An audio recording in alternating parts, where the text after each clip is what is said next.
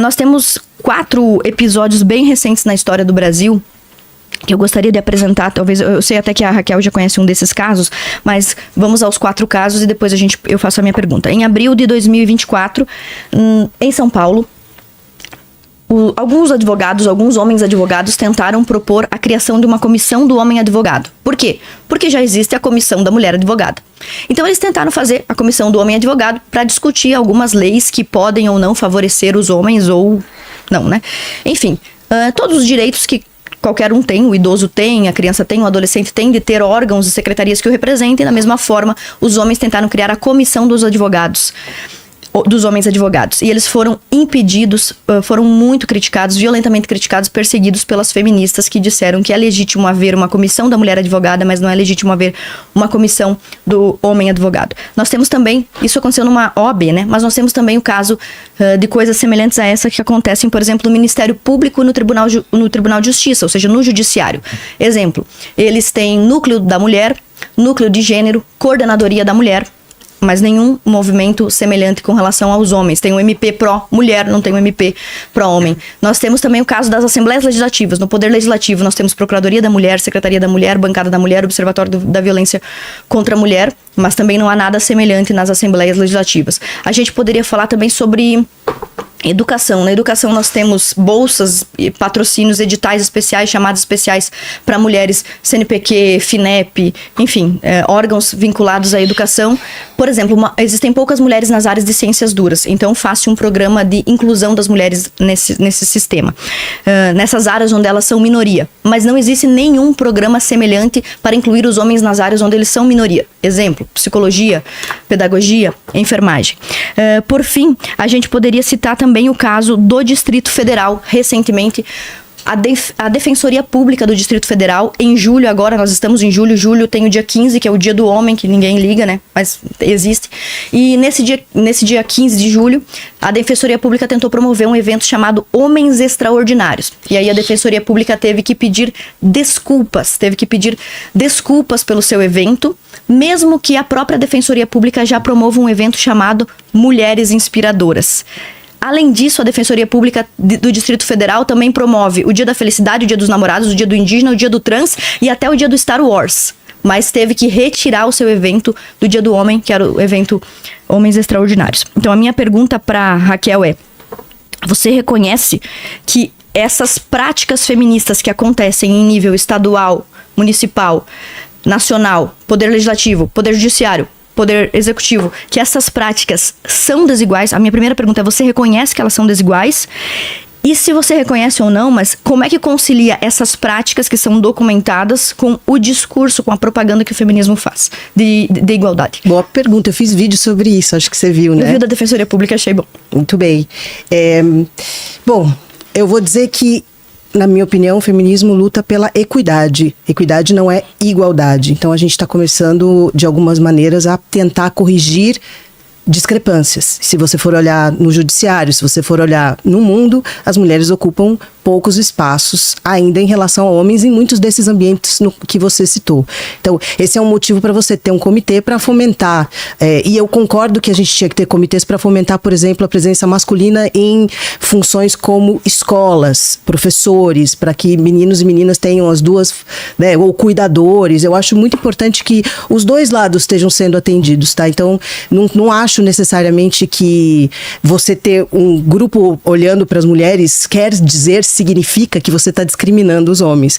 Quer dizer que você está tendo um olhar para um lugar onde as mulheres ainda precisam de estratégias para se unir, para se encontrar e para avançar, porque muitas vezes a gente chega em espaços onde você, imagino que no seu caso, não sei, espero que não, mas que é fácil de você sofrer perseguição ou violência, ou de ser difícil entrar, porque são ambientes considerados muito masculinos, e acho que esse tipo de iniciativa das mulheres se unirem nesse sentido, é só elas se unirem.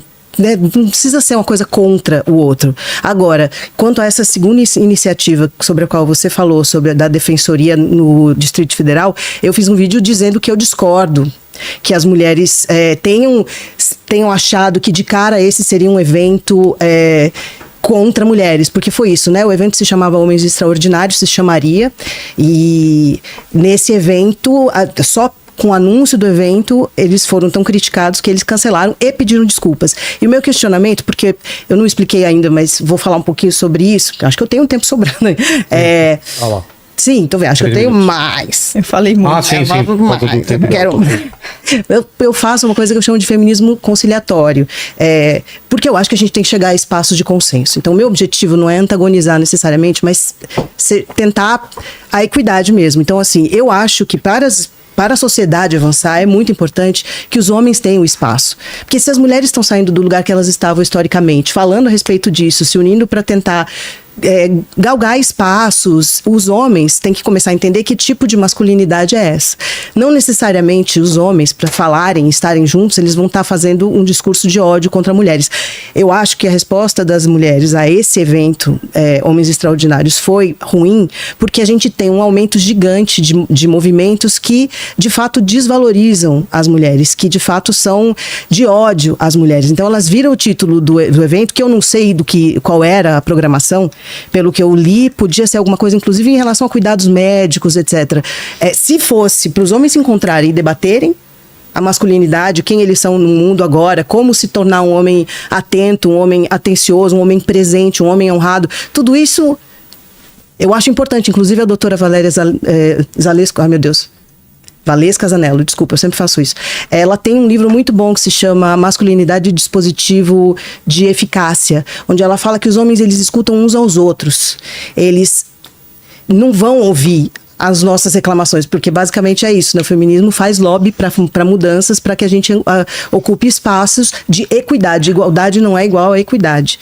E eu acho que é ruim a gente reagir dessa maneira, antecipando um movimento que a gente não sabe qual é necessariamente, porque tem dois tipos de grupos de masculinidades. Tem o tipo de grupo de masculinidade que fomenta o ódio, que realmente quer dizer que as mulheres são inferiores, que elas são menores, que elas tinham que, enfim, determinar o que elas tinham que fazer. E tem outro tipo de grupo que é reflexivo, que são homens que vão se encontrar e dizer, poxa, a gente precisa falar mais sobre os nossos sentimentos. A gente precisa marcar nosso médico sozinho. A gente precisa assumir nossa parte na economia do cuidado. Tem muita coisa para os homens conversarem. Eu acho difícil. Eu acho que a nossa sociedade não deu esse espaço ainda. E eu acho que eles devem procurar e ter esse espaço e ter também o mesmo acolhimento que eu estou dizendo que as vítimas de estupro têm que ter.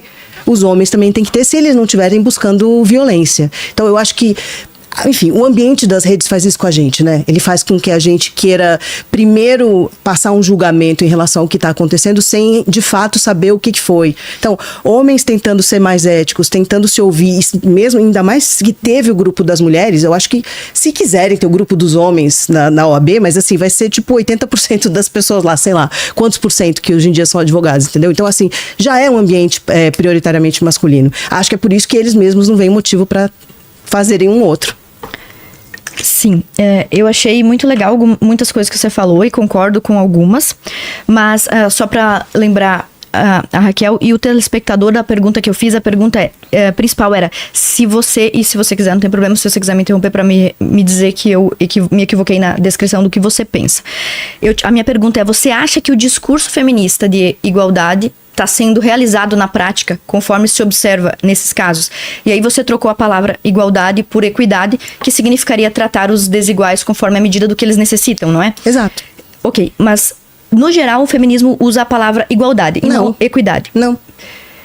Eu estou convicta que tá sim. Bom. Algumas pessoas até dizem, depois você pode me corrigir, mas algumas escritoras como a Bell Hooks falam sobre equidade, mas a maior parte das mulheres falam que estão lutando por direitos iguais. Mas vamos falar também sobre equidade, não tem problema. Equidade, então, seria nós darmos a cada um a medida do que precisa, do que carece na sociedade. Pois bem, o pressuposto do que a Raquel nos disse aqui é que, bom, não existem tantos grupos assim para homens e existem tantos para as mulheres porque os homens não precisam tanto assim.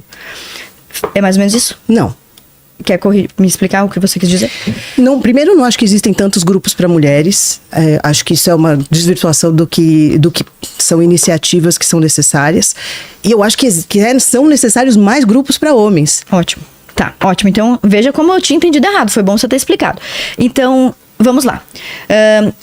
A Raquel, então, parece concordar comigo que é ruim que essas práticas aconteçam no movimento feminista, mas elas acontecem. Uhum. Acontece com muita frequência. E Por que isso acontece com frequência? Porque o movimento feminista, embora pareça que a Raquel não concorda com isso, o movimento feminista se entende como aquele responsável por dizer o que é uma feminilidade sadia. Olha, nós mulheres temos condição de avaliar nossa própria feminilidade, mas o movimento feminista também quer dizer o que é uma masculinidade sadia. Não quer permitir que os homens se encontrem e definam o que para eles orienta o propósito de vida, o melhor estilo de vida, que é quando essas feministas se manifestam. E veja, eu não estou trazendo aqui evidências anedóticas. Eu não estou, aconteceu em um lugar ou tal. Eu estou trazendo evidências que podem ser consultadas por todos vocês e documentadas. Com muita frequência, as feministas se posicionam violentamente e contundentemente contra grupos organizados em favor dos direitos dos homens. Eu citei aqui os casos Tribunal de Justiça, Ministério Público, que nós estamos falando do Judiciário. Eu citei os casos da educação, que são plataformas de recursos e de privilégios que podem vir direto do Executivo. Citei também os exemplos do Executivo através de coordenadorias.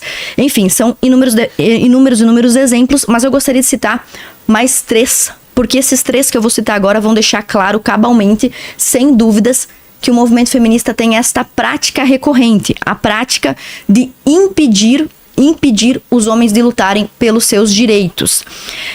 Eu gostaria de citar o exemplo da Procuradoria do Homem. Nós temos uma Procuradoria da Mulher em Santa Catarina, que foi há alguns anos autorizada, e essa Procuradoria, lá em Santa Catarina, serve aos interesses de avaliar se um projeto de lei é ou não benéfico para as mulheres. Acontece que a Procuradoria da Mulher foi estabelecida mesmo sendo a nossa Procuradora-Geral já uma mulher. Então hoje nós temos uma Procuradora Mulher Geral e uma Procuradoria Especial da Mulher.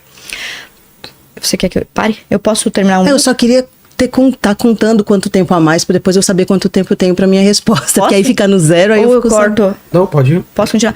Então, tem a Procuradoria, nós temos a Procuradora-Geral, que é mulher, a Procuradoria-Geral da Mulher. Então, eu propus a Procuradoria do Homem. Só para eu mostrar com documentos, não é uma evidência anedótica, é um documento. As pessoas podem acessar o PRS 4.5 de 2021, o projeto de lei. Neste projeto de lei, neste requerimento, onde nós tentamos criar uma Procuradoria do Homem para discutir as pautas afetas à saúde, trabalho, violência contra o homem, 4 órgãos se manifestaram contrariamente, com cartas escritas por professoras feministas, não por um cidadão qualquer, por uma feminista da rua, da internet, por pessoas autorizadas em posição de poder. O Tribunal de Justiça de Santa Catarina, a Universidade Federal de Santa Catarina, a Defensoria Pública de Santa Catarina e o Ministério Público de Santa Catarina se manifestaram contra, dizendo que é um assinte, que é grave, que é bárbaro nós termos uma procuradoria para representar os direitos dos homens. Então, embora a Raquel tenha dito que não concorda ela como pessoa, e eu até acredito que ela provavelmente não concorde com essa prática, que eu considero persecutória e desigual, o movimento feminista tem feito isso reiteradamente.